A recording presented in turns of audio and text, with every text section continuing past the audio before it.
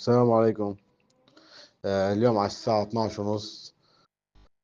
صفيت البيك اب حد لبنان الأغردار على مفرق بحنين عند سوبر ماركت البركة. نزلت فضيت بضاعة وطلعت.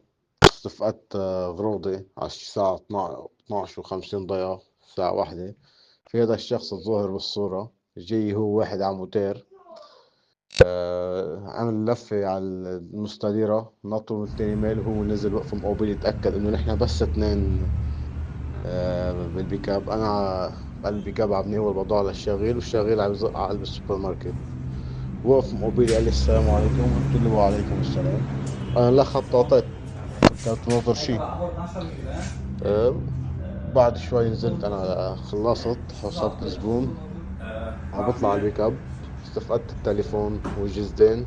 كنت حط جزدين، يعني مخبى جزدين محل صعب يعني، بس سبحان الله. اخذهم ومشي. واذا في حدا بيعرف شي عنه يخبرنا.